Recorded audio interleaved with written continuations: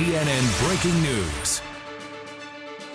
Welcome back to State of the Union. I'm Brianna Keeler, and we do have some breaking news. President Trump announcing a new trade deal with Japan, saying, quote, the deal is done in principle and calling it tremendous for farmers and infrastructure. This as the president and his top economic advisors are defending his escalating trade war with China. Joining me now is presidential candidate Senator Bernie Sanders. Senator, thank you so much for joining us. My pleasure. I want to start on the G7, where one of the major topics is the U.S. trade war with China. President Trump escalated his tariffs on Friday after China promised new retaliatory tariffs. You've made clear that China is treating the U.S. unfairly when it comes to trade. And I understand that you don't agree with the president's tactics or his style. But if you were president, would you use tariffs to negotiate a deal with China?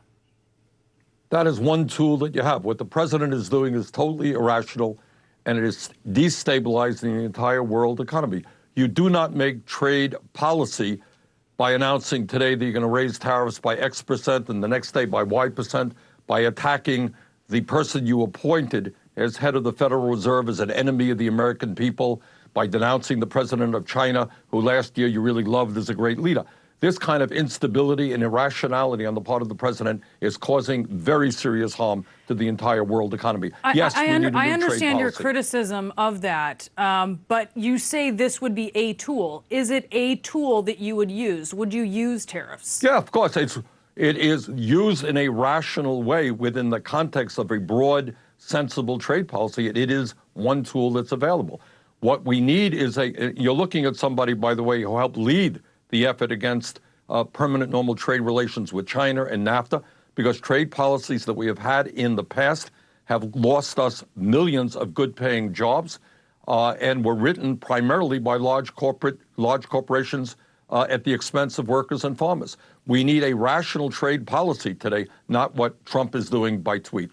I want to talk about Medicare for All now. You revealed an addition to your plan this week, saying that if companies save money by switching from union healthcare, from a union negotiated healthcare plan to Medicare for All, those savings would have to be passed along to those workers who belong to that union. Right. How would you explain to non-union Americans why they should not also receive a benefit for giving up their private insurance if, for instance, theirs saves money as well going to Medicare for All?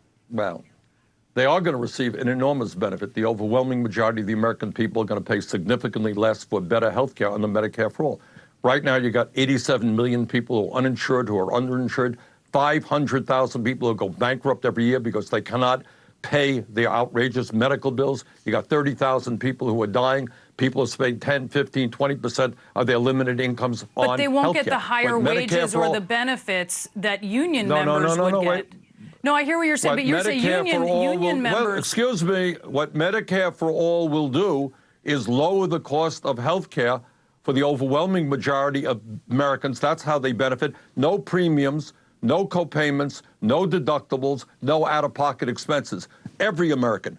Virtually every American. But a non-union worker, unlike a union worker under your plan, if there is a savings, their employer sees a savings, they would not be guaranteed to have higher wages or benefits to realize those savings. Why not? But the difference is, I'll tell you why not. Because union workers gave up wage benefits over the years in order to pay for health care, and non-union workers did not. That's the difference. But at the end of the day, the vast majority of the American people, workers and non-union workers, union workers and non-union workers, will benefit under a Medicare for All. And by the way, under Medicare for All, we'll cap what any American pays for prescription drugs at $200 a year. We're going to take on the pharmaceutical industry. The function of health care, Brianna, is not to allow the health care industry, as they did last year, to make $100 billion in profit, while so many of our people are uninsured, underinsured, and paying more than they can afford to pay. Several of your 2020 rivals and their campaigns have been attacking you over this sweetener for union members. So how do you respond to critics who say that this is special treatment to a voting bloc? Very few people have been attacking me. I think one candidate in the media picks up on it. Again, we have not changed one word of our Medicare for All system. no deductibles, no copayments. The vast majority of the American people save money. The issue, again, as I've just said, is that if you are a worker in a union shop and the company says, well, we're going to offer you a 3% wage increase, but you know what? You're going to have to pay, you're going to lose 4% in your health care. Your deductible is going up, your premium is going up. Those workers have given up wage increases in order to retain the health care that they have. Those are the workers we are reaching out to in this, what we're doing right now. But we have not changed one word in our Medicare for All program, which is gaining more and more support for the American people. The American people understand that we have a dysfunctional system in which so many people are uninsured, underinsured, and which we spend twice as much per person on health care as do the people of Canada or any other industrialized nation. Now, it is true. We're going to take on hundreds of millions of dollars from the healthcare industry and 30-second TV ads. They're going to distort what I'm trying to do. They're going to demonize me personally. But at the end of the day, the American people will go forward in guaranteeing health care to all people as a human right, just as every other major country does. I want to talk about how you describe yourself, which is as a democratic socialist. You have said that, quote, unfettered capitalism is destroying the moral and economic fabric of this country. It's one of the things that draws a lot of your supporters to you. But your 2020 opponent, Elizabeth Warren, who agrees with you on most issues, says that she's a capitalist down to her toes. She's not a democratic socialist like you describe yourself. How do you explain that to voters who are wondering what's the difference here? Okay, well, I'll let Senator Warren speak for herself, but I will tell you what I believe. And I believe right now, if we are going to transform our economy so that it works for working people and not just large profitable corporations and the 1%, if we're going to end the absurdity of major corporations like Amazon that made $10 billion in profit last year, not paying 1 penny in federal income tax, if we're going to end the outrage that 3 people today in America own more wealth than the bottom half of the American people. But is 49% of all new. But if you're going to end that, the only way you do it is when millions of people stand up and take on the corporate elite.